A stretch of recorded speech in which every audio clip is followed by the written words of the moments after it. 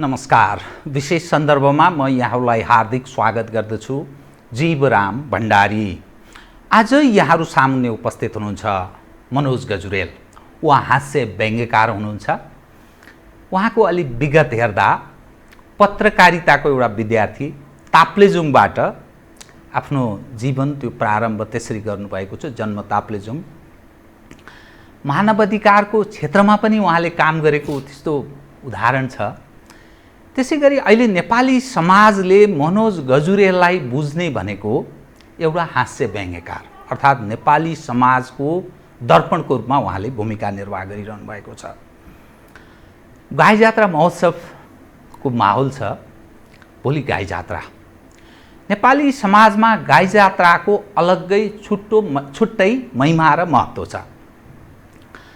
समाजका विकृति, विसङ्गति, व्यथितिहरूलाई व्यङ्ग्यको माध्यमबाट पीडा दुःख व्यक्त गर्ने त्यस्तो साधनको रूपमा गाई जात्रालाई विगतमा त्यो इतिहास त्यसरी प्रारम्भ भएको देखा पर्छ र कतिपय अरू सांस्कृतिक पक्षहरू पनि यसको महिमा र महत्त्व छँदैछ।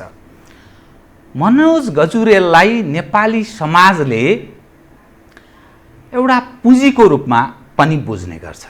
किनभने मनोज गजुरेल जस्ता त्यस्ता व्यक्तिहरू जसले नेपाली समाजलाई जुन हेर्ने दृष्टिकोण राख्दछन्, जे गर्छन्, जे बोल्छन् त्यसलाई समाजले नक्कल गर्ने अर्थात् अनुयायीको रूपमा आफूलाई प्रेरित गर्दै लैजाने कारण उहाँहरू जस्तो मानिस वर्तमानको अवस्था, नेपालको वर्तमान राजनीतिक अवस्था, समाजको अवस्थालाई कसरी हेर्नुहुन्छ? म आम दर्शक सामुन्ने यतिखेर उहाँसँग समसामयिक विषयलाई मनोज गजुरेलकै नजरमा दर्शक सामुन्ने पस्कने प्रयत्न गर्नेछु। सर्वप्रथम म उहाँलाई स्वागत गर्छु। स्वागत छ यहाँलाई। धन्यवाद। नमस्कार। अब म कसरी प्रारम्भ गरेँ भने ताप्लेजुङको मानिस पत्रकारिता पढ्नुभयो। यसको अर्थ पत्रकारितामा केही गर्छु भन्ने भावना जागृत भयो होला।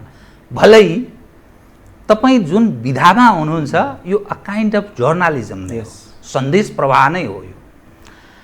तर अलि बाटो अलि बाङ्गो पहिल्याउनु भएछ। के चिजले तपाईँलाई यतातर्फ आकर्षित गर्यो? फेरि ह्युमन राइटको सेक्टरमा नि काम गरेको कतिपय मानिसले तपाईँलाई मानिस मनोज गजुरेल त ठिकै हो तर कम्युनिस्ट हो क्या भन्ने दृष्टिकोण काहीँ न काहीँ त्यो फेरि राजनीतिक त्यो छाया पनि यसो देखाउने प्रयत्न गर्छन्। अरूलाई बढी प्रहार गर्ने, कम्युनिस्टहरूलाई अलि माया गरेर अलि बिस्तारै हिर्काउने यसो पनि भन्छन्। यो कसरी तपाईँ यतातर्फ मोडिनु भयो? कृपया, किनभने तपाईँको यो पृष्ठभूमिसँग जोडिया हुनाले अनि म अरू विषय क्रमशः उठाउँछु। कृपया। तीनटा प्रश्नको गोल चक्कर आयो त म गोल चक्करै शैलीमा उत्तर दिन चाहन्छु। कृपया। पहिलो प्रश्न त तपाईँले आफै पनि मेरो बारेमा भनिदिइसक्नुभयो कि म जुन विधामा छु हास्य व्यङ्ग्य, यो पनि सूचना सम्प्रेषणको मनोरञ्जनात्मक माध्यम हो, नम्बर 1। नम्बर 2, म सामाजिक अभियान पनि संलग्न भएर जीवनमा आफ्नो विद्यार्थीकालमा हरेक मान्छे समय, परिस्थिति, सम्पर्क, सम्बन्धले काहीँ न काहीँ जोडिन्छ, होइन? त्यो हिसाबले कुनै राजनीतिक विचारहरूसँग जोडियो इतिहासमा। त्यसमा पनि ताप्लेजुङको पर्यो। हो, ताप्लेजुङको पर्यो, मदन भण्डारी गाउँको पर्यो। तर के चाहिने हो भन्दाखेरि मेरो जीवन, मेरो स्वभाव, मेरो चेतना त्यो राजनीतिमा लाग्ने थिएन रहेछ पछि बुझ्दै जाँदा। किनभने मैले पछिल्लो चरण बुझेको भनेको राजनीति चाहिँ मस्तिष्कबाट चल्ने तत्त्व हो, जहाँ हिसाब किताब हुन्छ, गणित हुन्छ, जोड घटा हुन्छ, नाफा घाटा हुन्छ। र कलाकारिता भनेको चाहिँ हृदय चल्ने तत्त्व हो। हृदयमा त्यो हिसाब किताब हुँदैन, बस भाव आयो, तपाईँको दुःखमा दुःखी भइदियो, तपाईँको सुखमा सुखी भइदियो। यी सबैको जोड भएको हुनाले म यो कलाकारिता क्षेत्रमा संलग्न छु। र कसरी यो बटारिएर यहाँ आइपुग्यो भन्ने चिज पनि हामी जुनसुकै क्षेत्रमा छौँ त्यो चिज चाहिँ 3-4 कुरा जोडिएर आउँदो रहेछ। एउटा त मेरो नेचर, मेरो स्वभावै ठट्टा गर्ने हो। मेरो आमा अहिले पनि ठट्टा गर्दा मेरो आमालाई म बच्चा जस्तो जिस्क्याउँछु। मेरो आमा, मेरो बुलु मान्छेले माम खायो भन्छु आमालाई अहिले पनि। घरमै पनि त यस्तै चल्छ अहिले पनि। पहिले रिसाउनुहुन्थ्यो आमा, बुढो भइसकिस्, नाति नातिनी हुने बेला भइसक्यो, ठट्टा गर्छस् भन्नुहुन्थ्यो। अझै बुद्धि आएको छैन त भन्नुहुन्थ्यो। अनि ए हो त नि आमाले भनेको कुरो मान्नु पर्यो भनेर अलि सिरियस हुन थालियो नि त आमासँग। फेरि आमाले त्यसले भएन, सिरियस भएको छस् त, होइन? स्वभावमा परिवर्तन आएपछि के दुखी चाहिँ क्या भन्नुहुन्छ। मैले जोड्न खोजेको एउटा पूर्व संस्कारका कुरा, यो अलि आध्यात्मिक पाटो छ, पछि जाउँला। पूर्व संस्कार पनि जोडिएर आउँछ, त्यस सँगसँगै मेरो नेचरको कुरा पनि जोडिएर आउँछ, र तेस्रो भनेको चाहिँ आफ्नो इच्छा पनि जोड, यी सबैको जोड यो कलाकारितामा छु अहिले म। अनि तपाईँ आफै चाहिँ कतिको सन्तुष्ट हुनुहुन्छ? किनभने मान्छेको पेसा, मान्छेको हुन त सन्तुष्टि, कुनलाई सन्तुष्टि मान्ने, कुन केबाट सन्तुष्ट होइन्छ भन्ने त्यो अलग अलग रोजाइ र अन्तत्वगत्वा पुग्ने ठाउँ त्यही हो। तथापि सन्तोष र असन्तोषको विषय त उठ्छ नि, तपाईँ आफै चाहिँ कतिको सन्तुष्ट हुनुहुन्छ? म केका लागि यो कर्म गर्दैछु भन्ने चिजले निर्धारण गर्छ। मेरा 2-4 घर, महँगा गाडी होइन, अनि राम्रा ठाउँमा फ्ल्याटहरू, अनि वरिपरि बडीगार्डहरू, मेरो त्यो सपना म ठुलो स्टार बन्न सकु यो देशको, भएको भए दुखी हुने ठाउँ हुन्थ्यो, किन त्यो पुगेको छैन। अथवा मेरो इच्छा चाहिँ म नेपालको नम्बर 1 कमेडियन या हरेक क्षेत्रबाट माथि, त्यो त्यहाँ पुग्ने मेरो लक्ष्य, त्यस्तो भएको भए पनि म दुखित हुन्थेँ। मेरो कलाकारिता समाजसँग जोडिने चिज हो, म समाज बोल्ने गर्छु होइन, र म बजारमा के बिक्री हुन्छ त्यो दिन्न, बजारलाई के चाहिन्छ, के आवश्यकता त्यो दिन्छु। त्यस कारणले गर्दाखेरि सपना माथि माथि पुग्ने थिएनन्, मसिना सपना आम दर्शकका सपनामा बोल्छु भने दर्शकहरू मेरा प्रस्तुतिले खुसी हुन्छन् भने म खुसी हुन्छु, मेरा प्रस्तुतिले दर्शकहरू खुसी भएनन् भने दुःख खुसी हुन्न।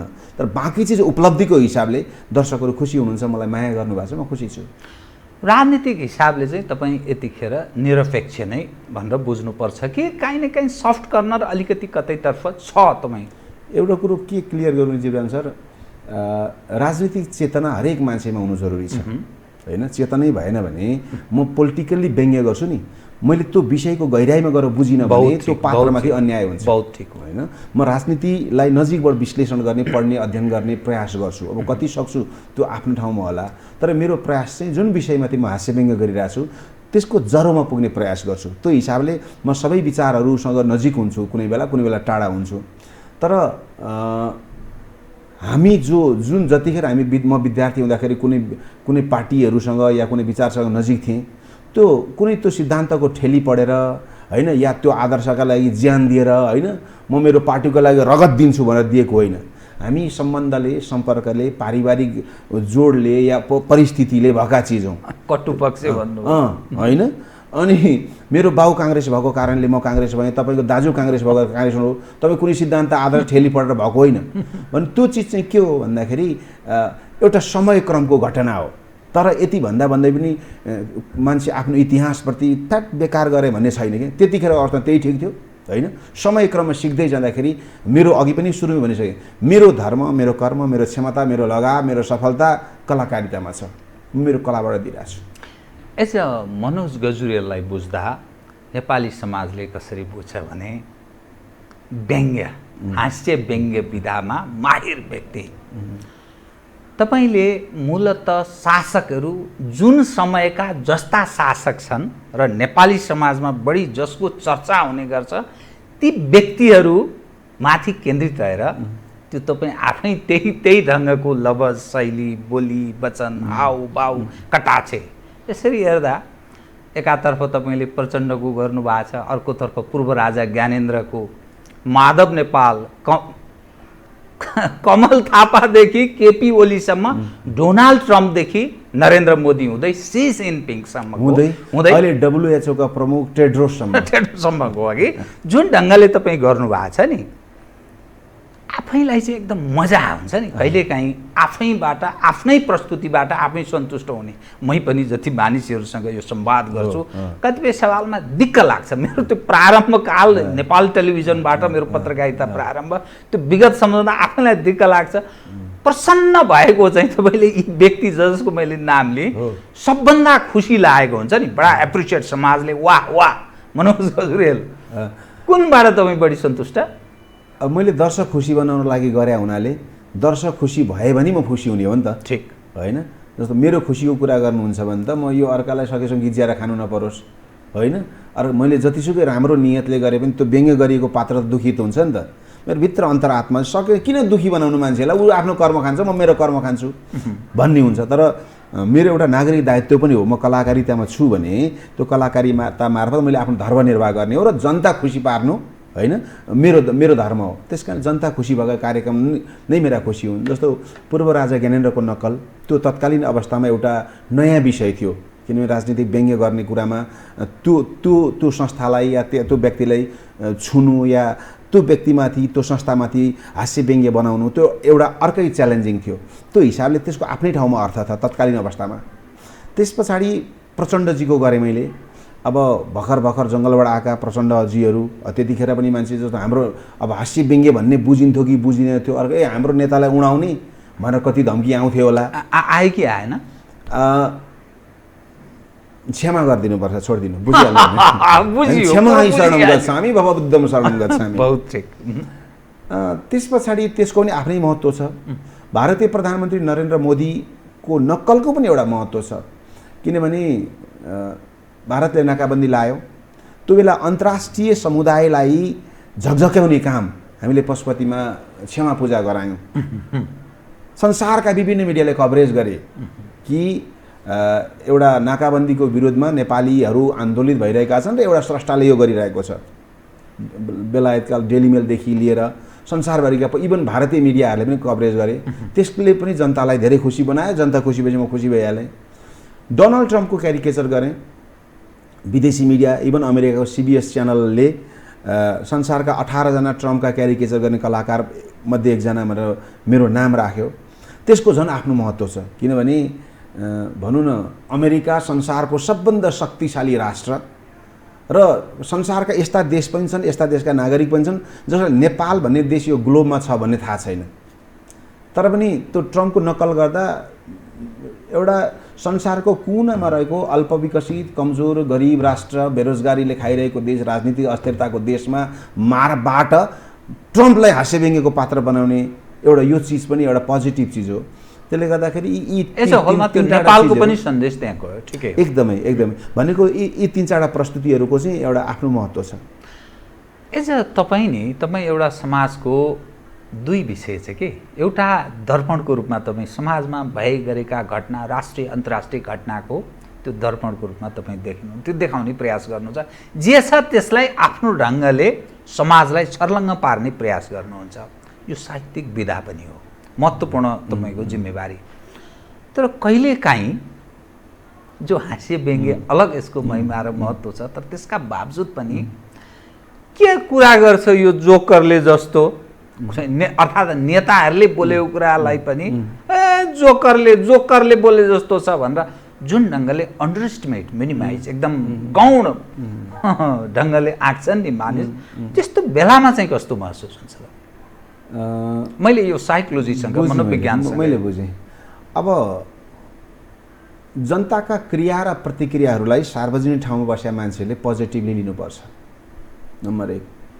नम्बर 2, जोक गर्ने भएको कारणले जोकर भनिएको अर्थ हो भने त्यसले अस्वीकार गर्नु हुँदैन। नम्बर 3, म जतिसुकै राम्रो गर्छु भन्ने प्रयास गरेँ, काहीँ न काहीँ म त मान्छे हो, म पनि चिप्लिन्छु नि। मलाई सचेत गराउन, मलाई खबरदारी गर्न, मलाई अझै सुधार्नका लागि आउने सुझावहरू, प्रतिक्रियाहरूलाई पनि स्वीकार गर्नुपर्छ। तर इन्टेन्सनल्ली मान्छेलाई भनौँ न त्यो विषयको गाम्भीर्यता नबुझिकन, त्यो व्यक्तिको अवस्थालाई ध्यान नदिकन गरिने चिजले चाहिँ मलाई त केही फरक पार्दैन। किनभने मैले अघि भने यो सार्वजनिक क्षेत्रका मान्छेहरूले सबै चिजलाई स्वीकार गरेर अगाडि बढ्या हुन्छन्। त्यसमा व्यङ्ग्य विधा भनेको त रिस्की विधा पनि हो नि त। मलाई त केही पनि फरक पर्दैन। तर स्वयं यो क्षेत्रलाई चाहिँ घाटा पर्यो। यो क्षेत्रमा कति योगदान छ? तपाईँ मदन कृष्ण श्रेष्ठ र हरिवंश आचार्य अहिले नेपालमा निर्विवाद मान्छे त छैन, तर कम विवादित र सर्वमान्य व्यक्तित्व खोज्नुहुन्छ भने हास्य व्यङ्ग्य विधाकै छन्। मदन कृष्ण हरिवंशको त्यो योगदानलाई राष्ट्रले कम आँक्नु हुँदैन। त्यसै गरी अहिलेको यो अवस्थामा विश्वको यो महामारी पछाडि या सधैँ भनौँ न, मान्छेले आफूलाई ऊर्जाशील बनाउनका लागि, उत्प्रेरित बनाइराख्नका लागि हाँसोको सबभन्दा ठुलो महत्त्व हुन्छ। त्यसका दूतहरू हुन् हास्य व्यङ्ग्यमा लागेका मान्छेहरू। त्यसले गर्दा तिनीहरूलाई त म व्यक्तिको कुरो होइन, त्यो क्षेत्रमा लागेका मान्छेहरूलाई उत्साहित गर्नुपर्छ र गरि पनि रहनु भएको छ। तर एक दुईजना व्यक्तिले त्यस्तो शब्द भनिरहँदाखेरि त्यसलाई आधिकारिक त्यही नै प्रतिनिधिमूलक प्रतिक्रिया हो भन्न मिल्दैन। लाखौँ तपाईँ भन्नुहुन्छ नि युट्युबमा 100वटा कमेन्ट आए र त्यो कमेन्टले हेरेर नेगेटिभ आयो भने दुखित नहुनुहोस्, तर माथि तपाईँ लाइक हेर्नुहोस्, डिसलाइक हेर्नुहोस्। या त्यो डिसलाइक र लाइकले मात्रै निर्धारण गर्दैन, ठिक होइन? कोही कोही मान्छे चाहेर पनि क्रिया प्रतिक्रिया दिन सक्दैन। त्यसले गर्दा प्रतिनिधिमूलक खालका प्रतिक्रियालाई स्वीकार गर्नुपर्छ र कहिलेकाहीँ सानातिना कुरालाई नजरअन्दाज गरिदिनुपर्छ। एज ए होलमा नि जस्तो तपाईँ यो हँसाउने विधा विषय बहुत कठिन छ हेर्नुहोस्। त्यसमा पनि हाम्रो जस्तो देश, भलै यो हाम्रो प्रकृतिका कारण होला, एउटा राम्रो सुन्दर ठाउँ छ, नेपालीहरू जति दुःखमा पनि सामान्य हिसाबले गुजारा गरेका छन्, तर पनि हाँसो देखिन्छ। तर कतिपय मानिस यो पछिल्लो समयमा त झन्झन दुखी छन्। गुजाराको पनि समस्या छ, बेरोजगारीको समस्या छ, कसरी जीवन चल्ने यो यस्तो पक्ष छ। यस्तो बेलामा पनि तपाईहरू जुन एकातर्फ हँसाउने मानिसलाई खुसी पार्ने प्रयत्न गर्नुहुन्छ, नेपालको राजनीतिक वृत्तका मानिसहरू ठुल्ठुलो एकदम डङ्का स्वर भन्छ नि, एकदम ठुल्ठुलो स्वरमा समाजलाई अलि अलग ढङ्गले व्याख्या गर्ने प्रयत्न गर्छन्, राजनीतिक फुँदाहरू जोडिन्छ। कतिपय संवेदनशील ठाउँहरूमा तपाईँहरू पुग्दा अब मानिस बडा चिन्तित हुन्छ, निराश भएको ठाउँ हुन्छ। एज तपाईँ पुग्नुहुन्छ त्यस्तो बेलामा तपाईँको मुहार फेसियल एक्सप्रेसन, तपाईँ उप हेर्ने दृष्टिकोण मानिसको अलग खालको हुन्छ। जस्तो तपाईँ एज अ मनोज गजुरेल रुनु नै भयो भने पनि मान्छे हाँस्छ, तर रियलमा तपाईँलाई नि त दर्द हुन्छ, कतिपय पीडा हुन्छ। मैले व्यक्तिगत विषयको कुरा गरिनँ, तर तपाईँ आफै पनि त्यो दुखी भएको बेलामा त्यो समाजलाई हँसाउने त्यो क्षमता के को उपज हो, त्यो कसरी सम्भव भएको हो? मैले अहिले बुद्धिज्मको मेडिटेसन प्र्याक्टिस गरिरहेको छु कि विपस्सना। त्यसले एउटा ऊर्जा दिन्छ क्या मान्छेलाई। यो जुनसुकै चिज पनि क्षणभङ्गुर हो, क्षणभङ्गुर होइन? यो जन्मिरहन्छ, मरिरहन्छ अथवा आइरहन्छ, निरन्तर प्रक्रिया। जस्तो म पनि मैले गरिरहेको हास्य व्यङ्ग्य भन्नुहुन्छ नि, अलि जीवराम भण्डारीसँग दार्शनिक लेभलको कुरा गरौँ न, होइन? यो मैले गरेको चिज मभन्दा पहिला अरूले गरिसक्नु भएको छ। त्यही चिज मैले यो नयाँ समय परिस्थिति अनुसार म नयाँ कलेबरमा ल्याएँ भने जस्तै म जस्तो मैले विपस्सना कुरा धम्म भन्छ क्या, धम्म मेरो धर्म हो। यो कुरो पनि हास्य व्यङ्ग्य भनेको मेरो धर्म हो, मेरो कर्म हो भनिसके पछाडि मैले स्टेजमा गएर म उत्प्रेरक पनि हुँ नि त मान्छेलाई। ठिक। अनि म जब मेरो सम्पूर्ण जीवन हास्य व्यङ्ग्यका लागि, जनताको खुसीका लागि भन्छु भने अब मेरा सामान्य दुःखहरूलाई नजरअन्दाज गर्नुपर्छ, बिर्सिनुपर्छ, होइन? मभन्दा दुखित कति छन्, तपाईँभन्दा पीडामा कति होलान्, निश्चय उहाँभन्दा रोगी कति होलान्, निश्चय। त्यस्ता चिजले मलाई उत्प्रेरित गराउँछ हास्य व्यङ्ग्यमा लाग्नका लागि। अब यो पछिल्लो अवस्था हेर्दा नि नेपालीहरूको त्यो कतिपय विषयको कुरा गर्दा सपना भनेर भन्छ क्या, राजनीतिक विषयसँग फेरि जोडिन्छ। नेपालीहरूको के सपना थियो रे? विगत लामो समयदेखि अल्पमतको सरकार भयो, संविधान सभाबाट संविधान जारी गर्ने सपना थियो, अनि यी सबै फेरि कतिपयको कम्युनिस्टको सरकारको पनि सपना थियो। यो सबै चिज त पुरा भयो हो कि? जुन ठाउँमा नेपालको राजनीति प्रवेश गरेको छ, एज एउटा तपाईँ साहित्यिक फाँटको पनि व्यक्ति भएको हुनाले त अहिलेको अवस्थालाई चाहिँ तपाईँ कस्तो देख्नुहुन्छ? यो गाई जात्राको माहौल पनि भएको हुनाले मलाई हास्य व्यङ्ग्यको बारेमा, नेपाली साहित्यको बारेमा सोधिदिनु भएको भए बडो इजी जवाब, फनी जवाब प्राप्त हुन्थ्यो। तर म राजनीतिज्ञ पनि होइन, म राजनीतिक विश्लेषक पनि होइन, अनि म अहिलेको राजनीतिमा प्रत्यक्ष पहुँच राख्दिनँ। मबाट तपाईँलाई प्राप्त गर्ने उत्तरले देशमा कायापलट पनि गर्दैन अथवा कसैले प्रहार पनि गर्दैन। त्यसले गर्दा मैले दिएको उत्तर अहिलेको अवस्थाको सिधा उत्तर प्रभावकारी नहोला। तर त्यसलाई मैले गाई जात्रे शैलीमा कृपया राख्छु। बस दर्शकको पनि त्यो चाहना हो त्यो होइन। भोलि गाई जात्रामा हाम्रो एउटा सो आउँदैछ टेलिभिजनमा। अब यो अर्को टेलिभिजनमा आएर अर्को टिभीको प्रचार गर्नु हुँदैन, मतलब थाहा छ। त्यस कारणले गर्दा हाम्रो यो गाई जात्रा 77 सालको गाई जात्रा चाहिँ AP1 टिभीमा आउँदैछ भनेर म भन्दिनँ, किनकि भन्न पनि मिल्दैन, भन्न मिल्दैन नि त। त्यस कारणले गर्दाखेरि हाम्रो भोलिको सोमा सीतारामजी, धुर्मुस र मैले एउटा सानो स्केच बनाएको छौँ, प्रहसन टाइपको। हामी दुईजना पाइलट छौँ, उहाँ क्याप्टेन KP कट्टेल, म क्याप्टेन PK दाहाल, र हामी दुईजनाको संवाद छ त्यहाँ वर्तमान अवस्थाको। मैले ठ्याक्क छोटो भने है, कृपया उहाँले भन्नुहुन्छ, अब यात्रु बाबुहरू, अब हामी कानुनभन्दा माथिको अल्टिच्युडमा उडिरहेछौँ, त्यस कारणले गर्दा आफ्नो आफ्नो गुटको नेता समातेर बस्नु होला भन्नुहुन्छ।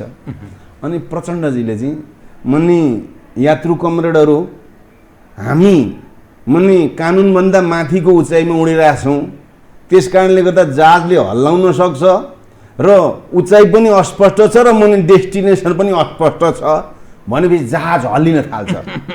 अनि एकजना प्यासेन्जर आएर उहाँहरूलाई तपाईँ निस्किनुहोस्, अब अति भयो, तपाईँहरू स्वैच्छिक रूपले अवकाश लिनुहोस्, अब अर्को डरलाग्दो अनर्थ हुनु अघि नै तपाईँ एउटा निस्किनुहोस्, सबै गल्लाम गुल्लम हुनसक्छ भनेपछि त्यहाँ स्टोरी छ। रिटायर्डमेन्ट हुन्छ र यो देशको जिम्मा युवाले लिन्छ। अब सर यो देशमा अहिले देखिन्छ नि होइन, अध्यक्ष को हुने, प्रधानमन्त्री को बन्ने, पालो पालो यो हामी पनि कुद्यौँ, हामी सबैको चाहना थियो। अघि तपाईँले भने चाहिँ जस्तो पञ्चायती व्यवस्था एउटा प्रयोग थियो, राजा आए अर्को व्यवस्था थियो, राजा फालियो अर्को व्यवस्था आयो, यहाँ सबै जनता इन्भल्भ छ। तपाईँ पनि इन्भल्भ हुन्छ, म नि इन्भल्भ छु। काङ्ग्रेस ल्यायौँ हामीले ल्याएको, वामपन्थी ल्यायौँ हामीले ल्याएको, जनयुद्धमा त जनता थिए नि त। सबै प्रयोगहरू भइसके, म तपाईँकै पोइन्टमा आएँ। त्यस कारणले गर्दाखेरि अन्तत के रहेछ भन्दाखेरि हाम्रो देशको भौगोलिक अवस्था भन्नुहोस् या अथवा नेपालीको मनोदशा भन्नुहोस्, यहाँ एक्लै दौडेर बहुमत पनि देखियो, झन्डै दुई त्यहीँ पनि देखियो। यस्तो अवस्थामा अब यहाँ कुनै आइडियोलोजी भन्दा पनि, कुनै एउटा कुनै राजनीतिक विचारधारा भन्दा पनि एउटा माटो सुहाउँदो नेपाली पहिचान सहितको व्यवस्था त भन्दिनँ म, होइन, प्रजातन्त्र भन्दा अर्को विकल्प हुनै सक्दैन। प्रजातन्त्रको विकल्प प्रजातन्त्र हुन। तर अहिले जुन शैली छ, बुढा नेताले नेतृत्व लिइरहने अनि युवाहरूलाई केवल एउटा सिनेमामा चाहिँ नि जोकर बनाए, जोकर पनि चाहिन्छ है एउटा, तर त्यसको काम चाहिँ हुँदैन, त्यस्तो बनाइरहने यो प्रवृत्तिलाई हामीले व्यङ्ग्य गरेका छौँ। देशको परिस्थिति म मेरो गाई जात्राबाट त्यही देखिरहेको छु।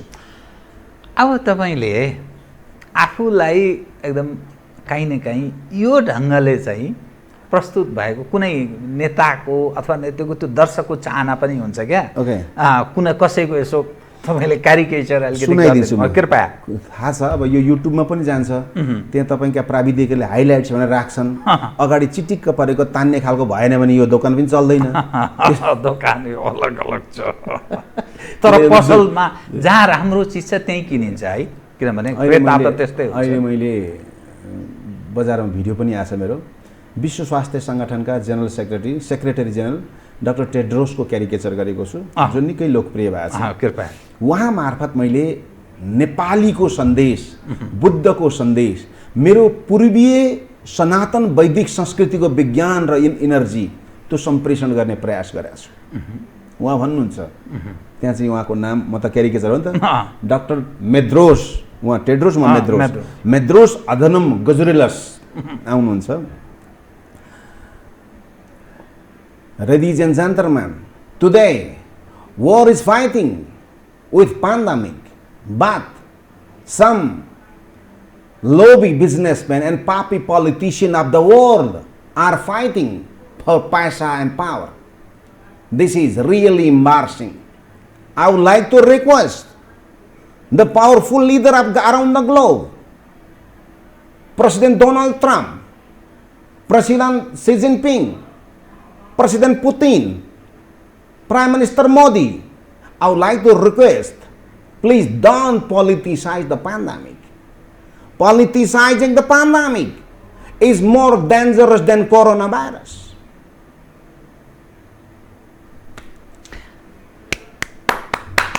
नेपाली दर्शक नि फेरि यहाँ त्यो सायद उनी चाहिँ इथियोपियाका नागरिक हुन्, पूर्व अफ्रिकन इङ्ग्लिस स्वास्थ्य मन्त्री हुन्, स्वास्थ्य मन्त्री अफ्रिकन टोनको इङ्ग्लिस उनको अफ्रिकन त्यहाँ अर्को पनि छ, सुनाइदिइहाल्छु नि त। सँगसँगै भारतमा सर्वाधिक चर्चित एकजना पत्रकार भन्दा को सम्झिनुहुन्छ अहिले? लोकप्रिय भने छैन है मैले। अब पछिल्लो सन्दर्भ तर्साउनुहुन्छ गेस्टलाई अर्णव गोस्वामी। अर्णव गोस्वामी उहाँको पनि नक्कल गरेछ। कृपया ऋषि धमलाजीको रोलमा सुमन कार्की भन्ने भाइ हुनुहुन्छ, मैले अर्णव गोस्वामीको गरेको छु। Mr. Zibinov, how dare you are talking about Kala Palnis belong to Nepal? Do you have any proof, Mr. Zibinov?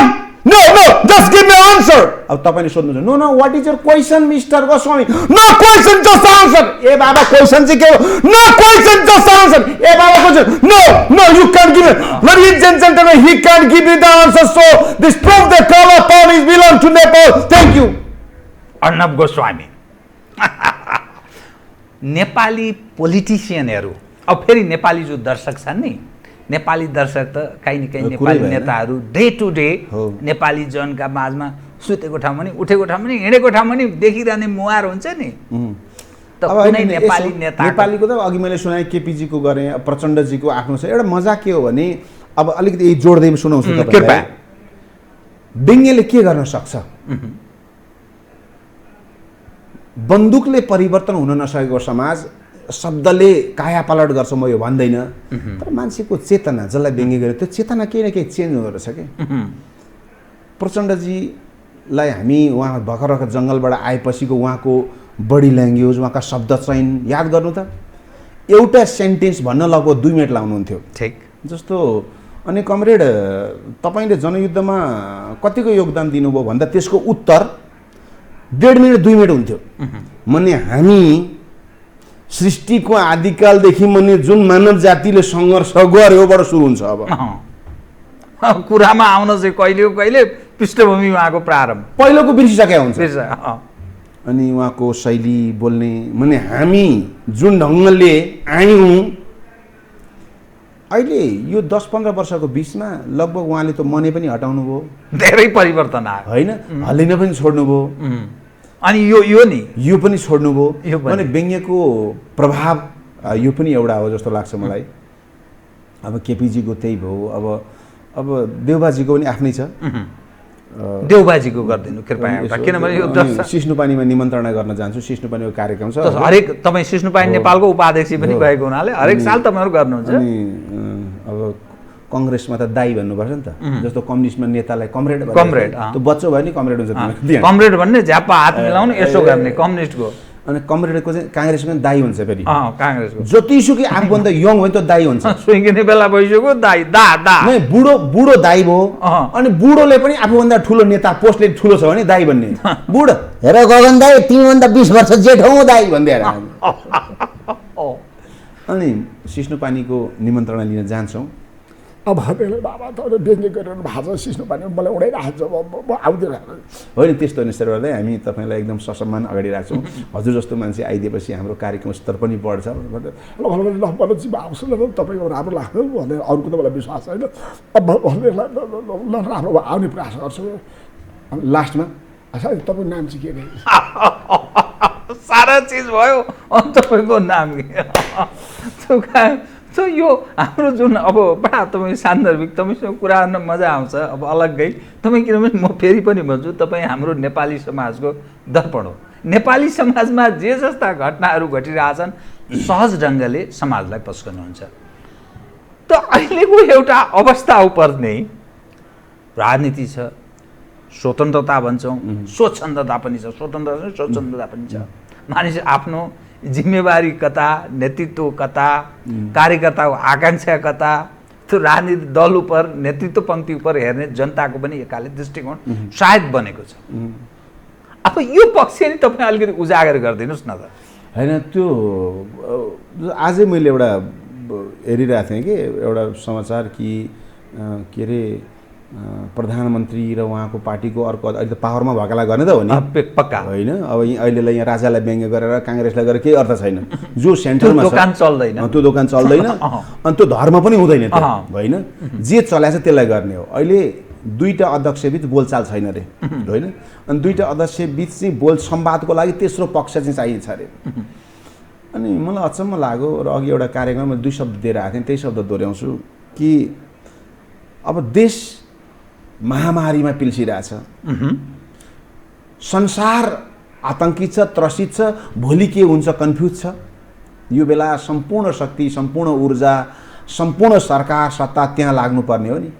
तर एउटा लागेको छ पार्टीको पद जोगाउन, अर्को लागेको छ सत्ताको कुर्सी जोगाउन।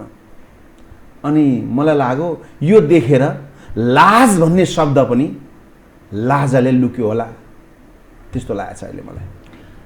अनि ओलीजीले यो बेसारको नि कुरा गर्नुभयो, मास खरिदको विषय पनि आयो, अनि यो विभिन्न हाछिउका कुरा पनि आछन्। यो सबै तपाईँको काहीँ न काहीँ मिश्रित भएर तपाईँ प्रस्तुत गर्नुहुन्छ। हो मैले अघि तपाईँलाई भने जुन नेपाली नेताको गर्नु न भन्नु भने मैले गरिसकेँ भने सबै थोत्रा भइसकेका नेता हुन्, त्यसले नयाँ नयाँ चिज खोजे हो क्या।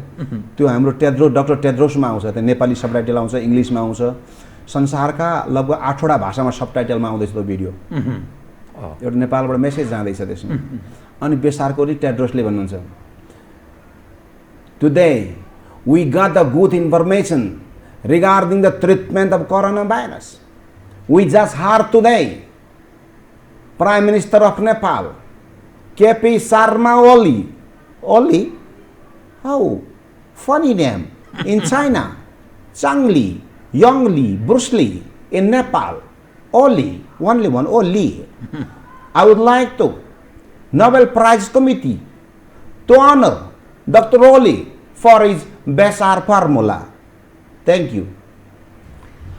अनि यत्रो यो पीडा छ नि, पीडाको बिचमा फेरि यो मास्क खरिददेखि लिएर अब कतिपय सवाल उपर त्यो नेतृत्व पङ्क्तिको त्यस विषय पनि अलिकति तपाईँको जाओस् न। यो सबै जाँदाखेरि कृपया होइन, ठिक छ। किनभने यो हाम्रा जो दर्शक लाखौँ दर्शक हेरिरहनु भएको छ, किन प्रदेश प्रसारणमा छ। ठिक छ, ठ्याक्कै त्यसैको तयारी त छैन। तर हाम्रो जुन गाईजात्रा कार्यक्रम छ, हामीले एक खालको तयारी गरेर टेलिभिजनमा रेगुलर प्रसारण भइरहेछ। त्यसका लागि गजुरियल च्यानल भन्ने भन्छ, त्यहाँबाट पनि आउँछ। किनभने मेरो कार्यक्रममा लगभग त्यहाँ 2 दर्जनभन्दा बढी कलाकार हुन्छ। उहाँहरूले विभिन्न विषयमा हामीले बाँडेर बोलेका छौँ कि त्यसले मास्कको बारेमा, ओम्नीको बारेमा, यतिको बारेमा, त्यतिको बारेमा, उतिको बारेमा, हाम्रो थुप्रै फरक फरक विषय छन्। ठ्याक्कै मेरै पार्ट चाहिँ छैन, बरु हाम्रो शोमा अरू कलाकार साथीहरूलाई पठाइदिन्छु भोलि। अनि यो अब तपाईँ धेरै बाटो मान्छे भयो होइन, धेरै बाटो मान्छे हो तपाईँ एज अ होल आफ्नो जीवनको मान्छेमा। फेरि किनभने निरन्तर यो प्रक्रिया हो, मान्छे जन्मन्छ अनि त्यसपछि बिस्तारा बाल अनि वयस्क अनि क्रमशः आफ्नो जीवनको उत्तरार्धकालमा प्रवेश गर्छ। जीवन उपर तपाईँको एउटा साहित्यिक मस्तिष्कले एज एउटा कलाकार जीवनलाई चाहिँ कसरी बुझ्नुपर्छ, म यो एज अ होल दर्शकका लागि म प्रस्तुत कि तपाईँले विपासनाको नि कुरा गर्नुभयो, म अलिकति अलग ढङ्गले पनि जीवनलाई सोच्ने प्रयास गर्दैछु, यो ढङ्गले प्रस्तुत गर्नुभयो। दुनियाँलाई हँसाउने कुरा, चान्सुने कुरा छैन। सारा संसार दुखी छ यतिखेर कोभिड-19 कारण, त्यसमा नेपाली त झनै बढी दुखी छन्। किनभने आर्थिक कारणले समाजमा बडा अप्ठ्यारो स्थिति सिर्जना भएको छ। नेतृत्व, राजनीतिक नेतृत्व, शासक प्रशासकहरूका कारणले अर्को निराशा छ कि यस्तो विषयमा जीवनलाई हेर्ने के अवस्था, कसरी हेर्नुपर्छ? फेरि दार्शनिकतिर गयो, जानु पनि पर्यो। अब गाईजात्रा यति भइसक्यो होइन, सबै मालिया खन्याएर पनि तपाईँको फेरि अर्को छ। हामीलाई यो प्रकृतिले, म त्यहाँ भगवानमा गइनँ है, त्यो छुट्टै व्याख्या गरौँला होइन, यो प्लेटफर्म त्यो होइन। ठिक हो, प्रकृतिले हामीलाई एउटा पर्पोजले पठाएको छ होइन। त्यो पर्पोज के हो भन्ने बुझ्ने प्रयास गर्नुपर्छ। त्यस कारणले मलाई पठाउनुको उद्देश्य पनि सायद तपाईँले मलाई यो टिभीमा तपाईँ जस्तो एउटा स्तरीय पत्रकारले यसमा बोलाउनु भनेको पनि म मेरो फिल्डमा जुन प्रकृतिले मलाई पठाइदियो त्यो कर्ममा केही न केही पोजिटिभ भएर त सायद यहाँ आउन पाएँ। हामी पक्का पनि सेलेक्टिभ हुन्छौँ। जस्तो मै जस्तो मानिस चाहिँ म जो पाए त्यो गेस्टलाई बोलाउने प्रयास गर्छु के त्यो दर्शकका लागि पनि दुस्साहसी काम गरेछ, काम नकाजको भन्ने सेलेक्टिभ हुनै पर्छ र हुनु जरुरी छ। अनि त्यस कारणले एउटा पर्पोज हुन्छ, त्यो उद्देश्य पूर्ति गर्नु जीवन हो होइन। जन्मिनु, बिहे गर्नु, बच्चा पाउनु र मर्नु यो चाहिँ पशुले मात्रै गर्छन्, ठिक होइन। अब त्यो ठ्याक्कै म किन आएँ, म केका लागि आएँ भन्ने चाहिँ त्यो खोज्दै मात्रै थाहा पाइन्छ होला। मैले पनि अहिलेसम्म मैले आफूलाई पनि चिनेको छैन। अब अहिले म कलाकार भनिरहनु भएको छ, मनोज गजुरेल भनिरहनु भएको छ। जब म एकान्तमा हुन्छु, म एक्लै हुन्छु, त्यो बेला म त्यो यो चिजले मेरो बाहिरी सांसारिक चिजले मलाई छुँदैन होइन। म स्टिल म खोजिरहेको छु। तर एउटा चिज चाहिँ के हो भने जीवन भनेको खानु अथवा मर्नु मात्रै होइन, केही गर्नु हो। गर्नका लागि चाहिँ सकेसम्म राम्रो गरौँ, बर्मनाभमा नतेर्सिएसम्म हो, नतेर्सिएसम्म। अनि एउटा चाहिँ कस्तो भन्दाखेरि यो भन्छ नि म व्यङ्ग्य गर्छु नि, अनि व्यङ्ग्य गरिरहँदा एउटा मन्त्र जहिले पनि मेरो व्यङ्ग्यको अन्तिममा एउटा मेसेज, एक लाइन मेसेज हुन्छ क्या। म एन्टी करप्सनमा पनि काम गरिरहेको हुन्छु, बोलिरहेको हुन्छु, आफ्नो ठाउँबाट काम गरिरहेको हुन्छु। हामीले एउटै मात्रै मन्त्र जीवनमा लागू गर्ने प्रयास गऱ्यौँ भने, प्रयास लागू गर्नु परेन, अथवा यो चाहिँ ठिकै हो जस्तो मात्रै मनमा लाग्यो भने लगभग यो संसारका आधा समस्या समाधान हुन्छन् रे के।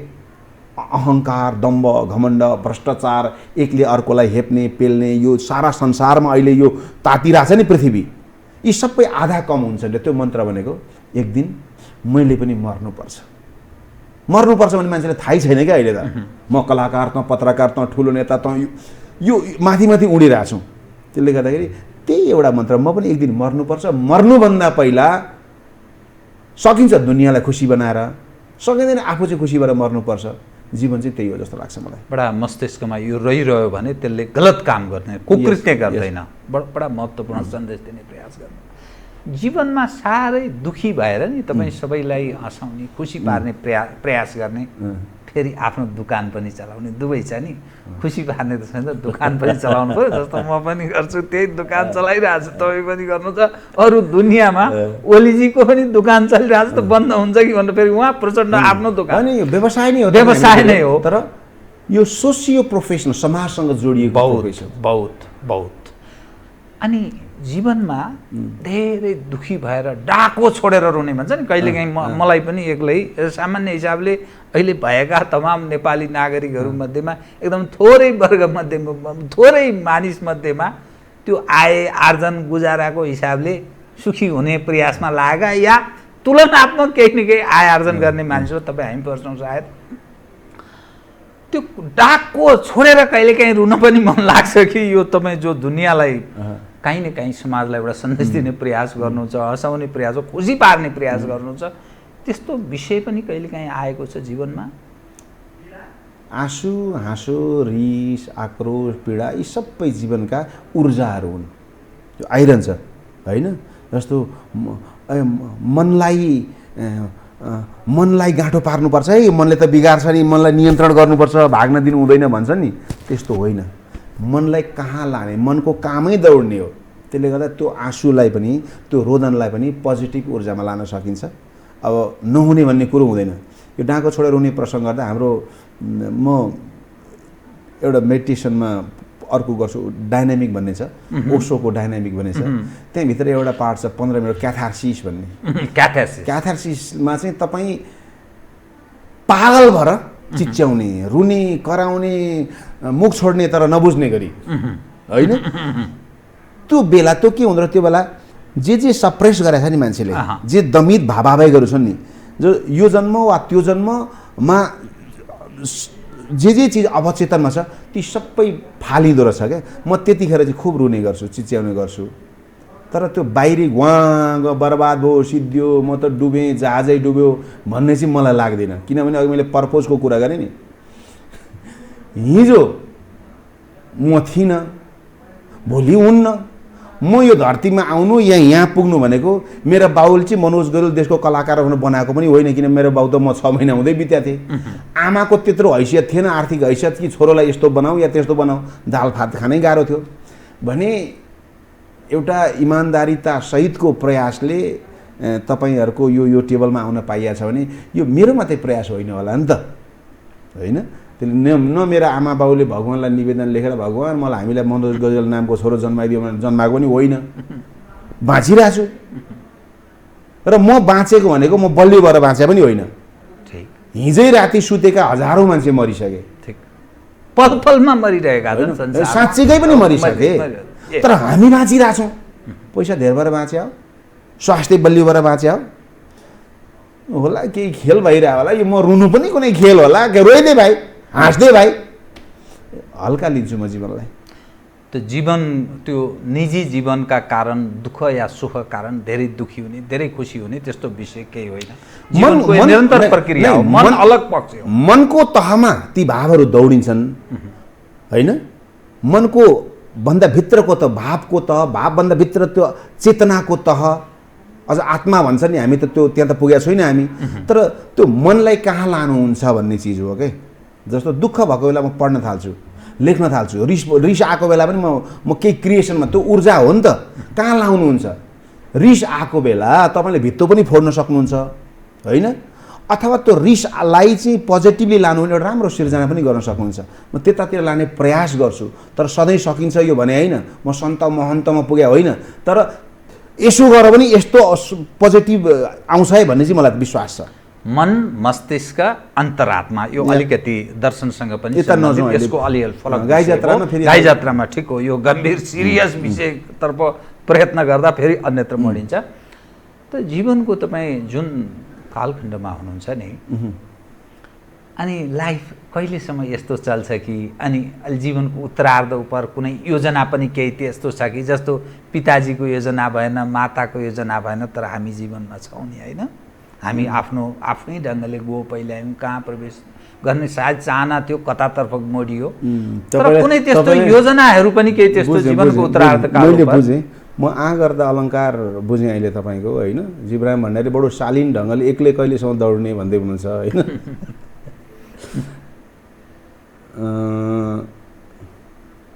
जीवन शर्मा भन्ने गायक हुनुहुन्छ क्या, म चिन्दछु उहाँलाई भेट्दाखेरि। जनवादी गायक, प्रगतिशील जनवादी, जीवनवादी भन्छु म।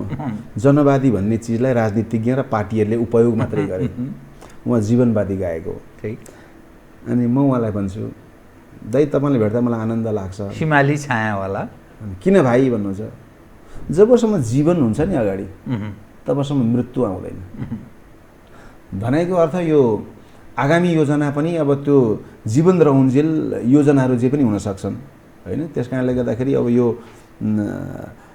अब तपाईँको टेक्निकल टिमले यसैलाई हेडलाइन बनाएर 10 लाख भ्युज बनाउने हो भने त होइन, हाम्रो चाहिँ त्यो, किनभने युट्युबर भन्छ नि, भलै उनीहरूलाई युट्युबे 1 लाख लाउँदा हामीलाई यति साह्रो गाली गर्ने भन्ने हुन्छ। युट्युबरहरू त्यो धन्दामा छन्, तर यो सेटेलाइट, त्यसमा पनि एचडी टेलिभिजनलाई त्यो जरुरी छैन। म यही समाजमा छु, यही अवस्थामा छु। 2टा मेरा छोराछोरी छन्, उनीहरूप्रतिको जिम्मेवारी छ मेरो, अनि उनीहरूलाई पनि त्यो मानसिक भावनात्मक प्रेम चाहिएको छ। त्यो कारणले त्यो चिजलाई समयले चाँडै नै सम्बोधन गर्छ। बहुत राम्रो सन्देश दिने शालीन यहाँको जवाफ, किनभने त्यो दर्शकको पनि एउटा जिज्ञासा हुन्छ नि, यो पाटो सोध्यो, यो पाटो जोगी होइन नि त सर, म यही कारणले गर्दाखेरि।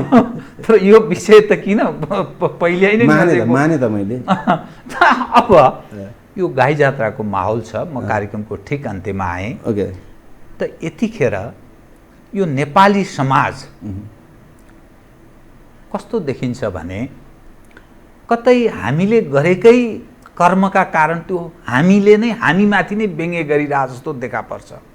दुखी छन् राजनीतिक हिसाबले, जुन सम्बोधन नेपाली जनले जसरी मत जाहेर गरे, ती पक्षहरू त्यही नाममा आन्तरिक रणआएकोमा छन्। प्रमुख प्रतिपक्षी दल, प्रमुख प्रतिपक्ष ऊ पनि आन्तरिक रणआएकोमा छ। विकल्प त्यस्तो देखिँदैन। नेपाली जनताका जो आकाङ्क्षा, चाहना, सपना, ती सबै तुषारापात भएको स्थिति छ। यस्तो माहौलमा, यस्तो बेलामा गाई जात्रा महोत्सव, जुन भोलि हामी गाई जात्रा पर्वको रूपमा जसरी मनाउँछौँ त्यसको पूर्व सन्ध्यामा जाओस् न तपाईँको एउटा राजनीतिक हिसाबले एज अ समाजलाई तपाईँको हेर्ने दृष्टिकोण अहिलेको राजनीतिक अवस्था उपर कृपया यो अन्तिममा बुझेँ मैले। अब मैले अघि पनि तपाईँलाई भने यो गाई जात्रा जुन हामी कार्यक्रम गर्छौँ तपाईँले सुरुमै भनिसक्यो यसको इतिहास संस्कृति कुरा गर्नुभयो र अहिले चाहिँ हामी पब्लिकमा गइरहेको छैनौँ प्रत्यक्ष रूपमा स्टेजमा गर्दैनौँ टिभीमा गर्दैछौँ। यो ब्रान्डवर्थ भन्ने एउटा कम्पनीले आयोजना गरेको छ यो किनभने मान्छे त्रसित छ अहिले होइन मान्छे भोलि के होला भने बडो अन्यलमा छ यसै पनि डिप्रेसनको शिकार भइरहेछ कोभिडले भन्दा मानसिक समस्याले आत्महत्याको सङ्ख्या बढिरहेको छ यो बेला हामीले हौसला दिने हो होइन एउटा आशाको किरण छर्ने हो।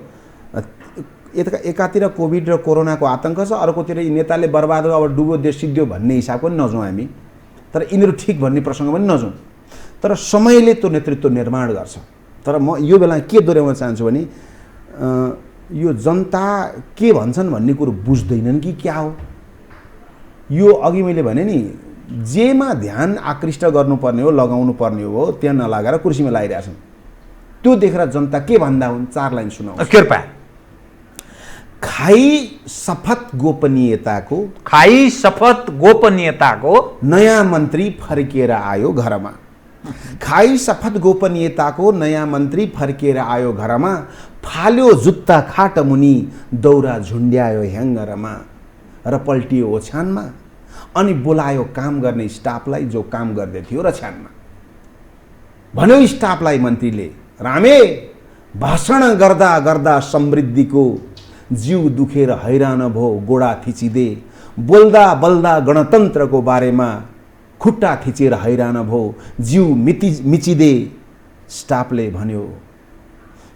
भन्यो गोडा दुखेर हैरान भो घाँटी दुख्दा त होइन ए हजुर मेरो सुनको गजुर हजुरको कुरा सुने ए हजुर मेरो सुनको गजुर भाषण गर्दा त घाँटी पो दुख्छ त त्यहीँ थिचिदिउँ कि हजुर। वाह जनता यति आक्रोशित छन्। अब यो आक्रोश चाहिँ व्यवहारमा लागू हुनुभन्दा पहिल्यै हामी आशा गरौँ यो हामी परिवर्तन तुरुन्तै पार्टी चेन्ज गर्ने अर्को व्यवस्था ल्याउने अथवा चाहिँ सत्ता यतातिर नजाउँ किन देशले थाम्न सक्दैन। यही व्यवस्थाभित्रमा शान्तिपूर्ण ढङ्गले ठ्याक्कै देखिने गरी काम भयो भने जनता घाँटी थिच्न आइपुग्दैन। होइन यो जनताको अहिलेको भनेको आक्रोश र तनावलाई सम्बोधन तुरुन्तै भएन भने यो त मैले कवितामा मात्रै भने रियलमा पनि हुने खतरा छ। अहिलेलाई यति भन्नु घाँटी नै थिच्न सक्छन्। हस् धन्यवाद छ है यहाँलाई। Thank you. आदरणीय दर्शकवृन्द उहाँ हुनुहुन्थ्यो मनोज गजुरेल हास्य व्यङ्ग्यकार। गाई जात्रा महोत्सवको यो सन्ध्यामा यो परिस्थितिमा समसामयिक एज एउटा हास्य व्यङ्ग्यकार नेपाली समाजलाई हेर्ने दृष्टिकोण परिवर्तित समाजमा नेपाली समाज कहाँ छ र राजनीतिक नेतृत्व कुन दिशातर्फ उन्मुख छ त्यस उपर उहाँले हास्य व्यङ्ग्यकै माध्यमबाट कतिपय समसामयिक विषयमा केन्द्रित भएर कुराकानी गर्नुभयो। म सहित मेरो सम्पूर्ण युनिटलाई कार्यक्रमबाट बिदा दिनुहोस्। तर यो हो टेलिभिजन हेर्दै रहनुहोला। नमस्कार।